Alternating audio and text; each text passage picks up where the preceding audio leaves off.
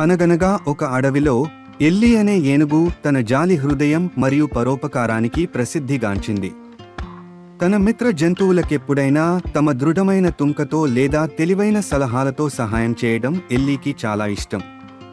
ఒక రోజున జంతువులు అడవిలో జాతర ప్రదర్శన కోసం సిద్ధమవుతున్నాయి.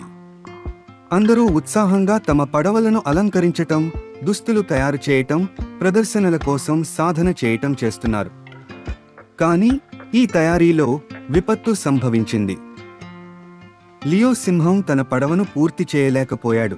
అది కదల్చడం చాలా కష్టం ప్రదర్శన పరిపూర్ణంగా ఉండదు అని అతను బాధగా గర్జించాడు.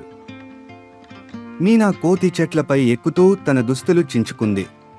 ఇప్పుడు నేను ఏమీ ధరిస్తాను? అని ఆమె ఏడ్చింది.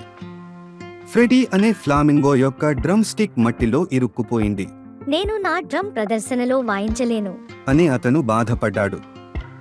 ఎల్లీ తన మిత్రుల కష్టాన్ని చూసి సహాయం చేయాలని నిర్ణయించుకుంది. లియో యొక్క పడవను తుంకతో తోసి గమ్యస్థానానికి తీసుకెళ్ళింది. మీనా కోసం కొత్త ఆకులు తీసుకువచ్చి కొత్త దుస్తులు తయారు చేయడానికి సహాయం చేసింది. ఫ్రెడీ యొక్క డ్రమ్ స్టిక్ను మట్టిలో నుండి జాగ్రత్తగా బయటకు తీసింది. ప్రదర్శన ప్రారంభమైనప్పుడు ఎల్లీ ముందుగా నడుస్తూ అందరి చప్పట్లు పొందింది. అడవి ఆనందంతో మరియు సంగీతంతో మార్మోగింది. ఎల్లీ యొక్క దయ వల్ల ఆ రోజు అంతా మంచిగా జరిగిందని ఆమె మిత్రులు తెలుసుకున్నారు.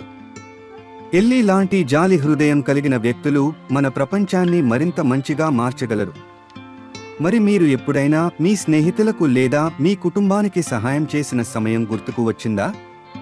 జాలి మరియు పరోపకారంతో జీవించడమే నిజమైన ఆనందాన్ని ఇస్తుంది.